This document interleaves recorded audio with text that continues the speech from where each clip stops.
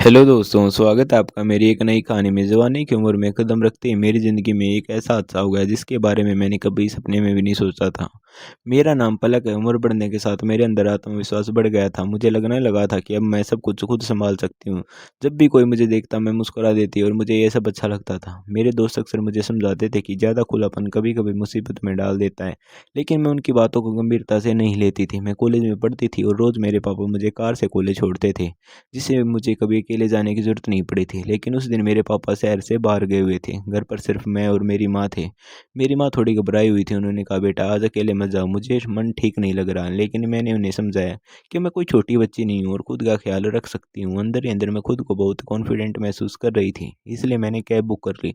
जब cab I तो मैं अपना बैग लेकर उसमें बैठ गई। रास्ते में मैंने महसूस किया कि ड्राइवर बार बार शीशे से मेरी तरफ देख रहा था, जिससे मुझे थोड़ी असहजता होने लगी। लेकिन मैंने खुद को समझाया कि शायद मेरा वहम है। मैंने ध्यान भटकाने के लिए बैग से किताब निकाल ली और पढ़ने का नाटक करने लगी। कुछ समय बाद मुझे लगा कि सफ़र ज़्यादा लंबा हो रहा है, जबकि कॉलेज पास ही था। मैंने बाहर देखा तो रास्ता बदला हुआ लग रहा था। मैंने ड्राइवर से पूछा, क्या मुझे कहाँ लेकर जा रहे हैं? उसने बड़े आराम से जवाब दिया कि आगे ट्रैफिक था, इसलिए दूसरा रास्ता लिया है और थोड़ी देर से कॉलेज पहुंच जाएंगे। उसकी बात सुनकर मैंने खुद को शांत किया, लेकिन मन के अंदर डर धीरे धीरे बढ़ने लगा।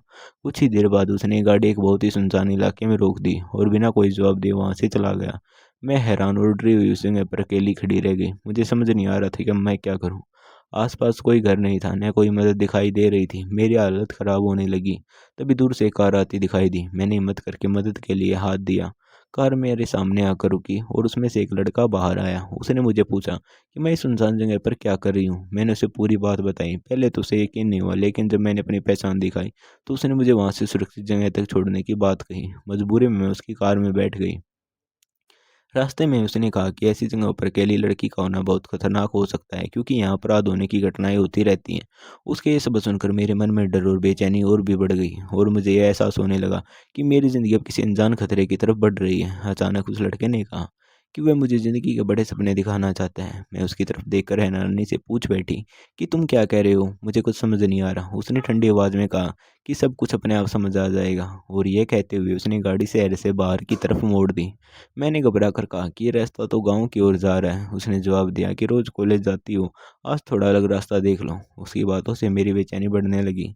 कुछ ही देर बाद वह मुझे एक सुनसान फार्म हाउस के सामने ले आया। मैंने डरते हुए पूछा कि तुम मुझे यहाँ क्यों लाए हो? मुझे कॉलेज जाना था। तब उसने साफ शब्दों में कहा कि आज तुम्हारी मंजिल यही है। उसी ने बताया कि कैब ड्राइवर को उसी ने पैसे देकर मुझे उस इलाके में छोड़ने को कहा था और रास्ते भर मुझे बातों में उलझाए रखा ताकि मैं शोर न मचा सकूं। यह सुनते ही मुझे ऐसा लगने लगा जैसे ज़मीन खिसक गई हो। मैंने काँपती आवाज़ में पूछा कि तुम मुझे इस तरह ज़बरदस्ती क्यों यहाँ लाए हो? मैं कोई बच्ची नहीं हूँ। तब उसने मुझे गुस्से से कहा कि वह मुझे रोज़ कॉलेज जाते देखता था और मेरे बारे में गलत सोच बना बैठा था। मैंने गुस्से में उसे धक्का देकर वहाँ से निकलने की कोशिश की, लेकिन उसने मेरा हाथ पकड़ लिया और धमकाते हुए कहा कि यहाँ से भागने का कोई रास्ता नहीं है।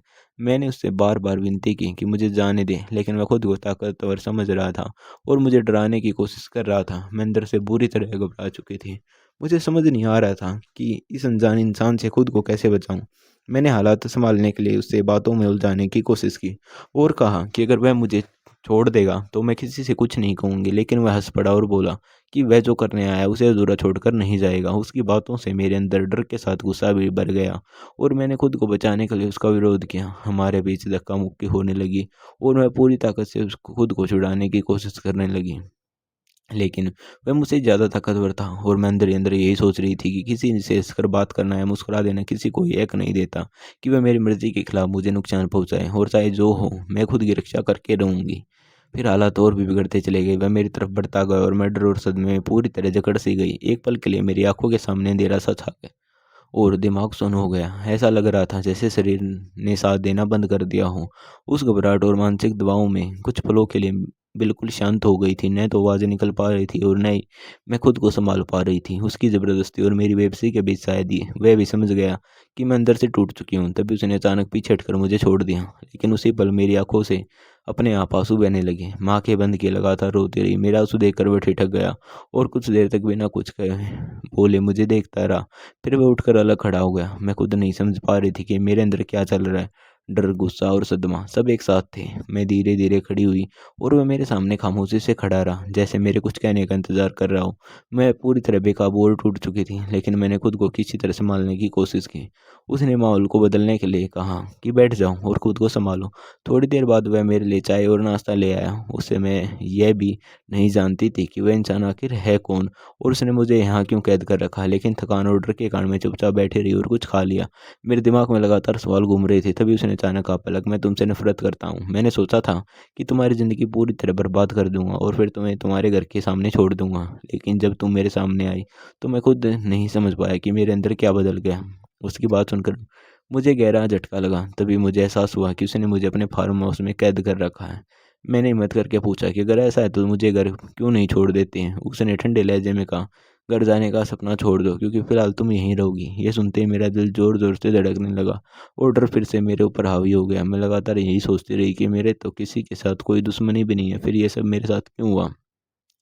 मैंने उससे पूछा कि तुम्हारा नाम क्या है। उसने जवाब दिया कि मेरा नाम दीपक है। यह नाम सुनकर मैं सोच में पड़ गई, लेकिन मुझे तुरंत कुछ याद नहीं आया। मेरा हालत देखकर उसने कहा, क्या तुम सोच रही हो कि तुम मुझे जानती हो। मैंने कहा, मैं वैसे ये समझने की कोशिश कर रही हूँ कि आखिर तुम मुझसे इतनी नफरत क्यों करते हो। मेरी तो किसी के साथ कोई दुश्मनी नहीं है।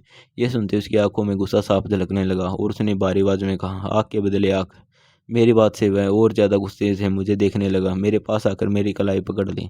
मैं डर और मजबूरी में खुद को संभालती रही। अब मेरे सामने कोई रास्ता नहीं बचा था और हालत के आगे झुकने के सिवा मुझे समझ नहीं आ रहा था। बाहर अंधेरा गहराने लगा था और मेरे मन में अपने घर वालों की चिंता तेज होती जा रही थी। मुझे यकीन था कि मम्मी पापा और भैया अब तक मुझे ढूंढते हुए परेशान हो चुके होंगे। मैंने कांपती आवाज में उससे कहा कि मुझे छोड़ दो, रात हो चुकी है। मेरी माँ का रो रो कर बुरा हाल होगा और मेरा भैया गुस्से में हर जगह मुझे ढूंढ रहा होगा। लेकिन मेरी बातों का उस पर कोई असर नहीं हुआ।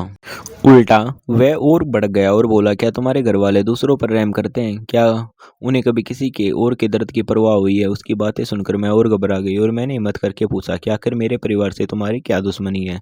तुम मुझसे क्या छुपा रहे हो? सब कुछ बता दो, शायद मैं तुम्हारी कोई मदद कर सकूं। यह सुनते ही वह भड़क उठा और बोला कि तुम्हारे अंदर भी वही खून बहता है, मुझे और गुस्सा मत दिलाओ। यह कहकर वह कमरे से बाहर चला गया और मुझे अंदर बंद कर दिया। अब मुझसे रहा नहीं गया।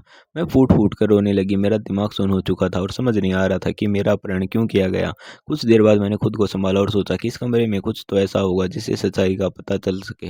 मैं कमरे की तलाशी लेने लगी। तभी मुझे एक तस्वीर मिली जिसमें वह एक लड़की के साथ खड़ा था। दोनों को देखकर ऐसा लग रहा था कि वे बहुत करीब थे। पहले मुझे लगा ये उसकी गर्लफ्रेंड होगी और मैं सोचने लगी कि अगर उसकी ज़िंदगी में कोई है तो फिर मुझे यहाँ क्यों लाया गया। मैंने तय किया कि इसी तस्वीर का सहारा लेकर उससे बात करूंगी और उसे मुझे छोड़ने के लिए मनाने की कोशिश करूंगी। थोड़ी देर बाद वह दरवाज़ा खोलकर अंदर आया और बोला, चलो खाना खा लो। जब उसने मेरा चेहरा देखा तो समझ गया कि मैं रो रही थी। मेरी आंखें लाल थी। उसने कहा, रोने से कुछ नहीं बदलेगा, और मेरा हाथ पकड़कर मुझे बाहर ले जाने लगा। तभी मैंने वह तस्वीर उसके सामने रख दी और कहा कि अगर तुम्हारे किसी की परवाह है तो ये देखो, तुम्हारी ज़िंदगी में यह लड़की है। फिर तुमने मुझे क्यों किडनैप किया? सोचो, अगर इसे पता चल गया तो उसे कितना दुख होगा। मैं किसी से कुछ नहीं कहूँगी, बस मुझे घर छोड़ दो। मैं कह दूंगी कि मैं खुद कहीं चली गई थी।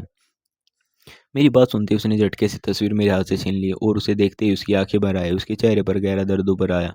उसे इस हालत में देखकर मेरे अंदर का डर कुछ कम हुआ और अनजाने में मैं उसके पास चली गई और उसके कंधे से लगकर बोली, इस तस्वीर को देखकर तुम ऐसे क्यों टूट गई?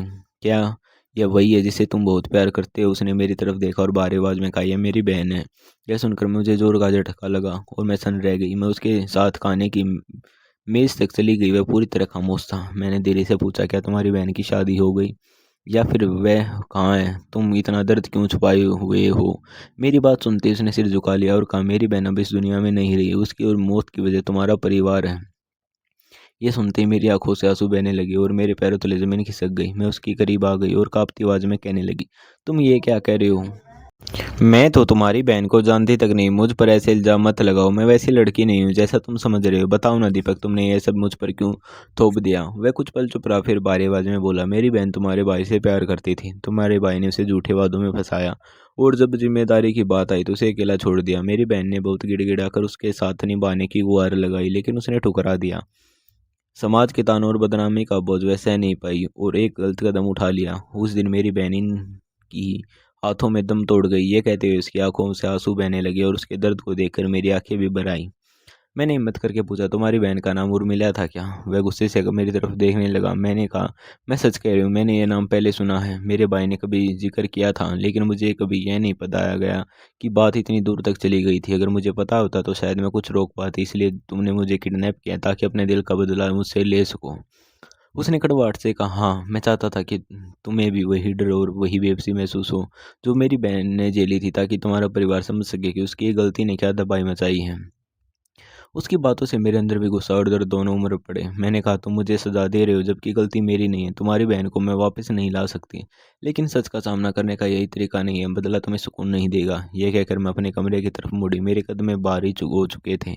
मेरे अंदर भी आक्रोश भर चुका था। वह मेरे पीछे आया और बोला, सोच समझ कर बोलो। मैं रुक गई और उसकी आंखों में आंखें डाल कर कहा, जो हुआ बहुत गलत था, लेकिन उसमें सिर्फ मेरे भाई की नहीं, तुम्हारी बहन की भी कुछ ना कुछ ना समझी रही होगी। लेकिन अगर तुम्हारी नफ़रत इसी तरीके से ख़त्म हो सकती है तो मैं उसकी देखना चाहती हूँ। इतना कहना ही था कि वह गुस्से से बेकाबू हो गया और अपनी कड़वाहट शब्दों और व्यवहार में दिखाने लगा। उसकी बातें तीखी थी और लहजा बेरहम था। उस पल मुझे समझ आ गया कि उसके दिल में कितनी नफ़रत भरी हुई है। मैं चुप रही क्योंकि मैं चाहती थी कि वह अपना सारा दर्द बाहर निकाल दे। पूरी रात हम दोनों के बीच बहस और आरोपों का सिलसिला चलता रहा। उसकी नफ़रत की परतें खुलती ही चली गई और सुबह होते-होते मैं मानसिक रूप से पूरी तरह थक चुकी थी। वह भी शांत हो गया था। उसने कहा, अब चलो, मैं तुम्हें घर छोड़ देता हूँ, लेकिन जो कुछ हुआ वह यहीं ख़त्म रहना चाहिए। मैंने सिर हिला दिया। वह मुझे कार में लेकर घर की ओर चल पड़ा। घर के पास पहुँचकर उसने गाड़ी रोकी और कहा, तुम जा सकते हो। मैं उतरी तो उसने मेरा हाथ थाम कर कहा, मैं भी अंदर चलूँगा। यह सुनकर मैं घबरा गई, लेकिन हालात ऐसे थे कि मना नहीं कर पाए। वह मेरे साथ घर के अंदर गया आया, जहाँ बेचैनी का माहौल था। मुझे देखते ही मम्मी पापा दौड़ पड़े और भाई गुस्से से सवाल करने लगा। तभी दीपक आगे आया और बोला, वह कल रात मेरे साथ थी। मेरे भाई ने उसे देखते ही तीखा सवाल किया। तब दीपक ने सच्चाई बता दी कि कैसे उसकी बहन के साथ धोखा हुआ और वह दर्द उसे यहाँ तक ले आया। यह सुनकर घर में सन्नाटा छा गया। मम्मी रो पड़ी और मुझसे पूछने लगी, क्या हुआ? मैंने साफ कहा, माँ, मेरे साथ ज़बरदस्ती कुछ नहीं हुआ। सच जानकर मैंने खुद हालत को संभाला और अब मैं इस नफ़रत को यहीं ख़त्म करना चाहती हूँ। दीपक ने मेरा हाथ थामा और कहा, पलक में टूट चुका था, बदले की आग में अंधा हो गया था, लेकिन अब समझ आया कि तुम बेगुनाह हो। मैं तुम्हें नुकसान नहीं पहुंचाना चाहता। उसके चेहरे पर पछतावा साफ था। मैंने कहा, आग के बदले आग से सिर्फ दर्द बढ़ता है। अगर सच में सुकून चाहे तो इस रिश्ते की जिम्मेदारी में बदलो। मेरी बात सुनकर वह चुप रहा।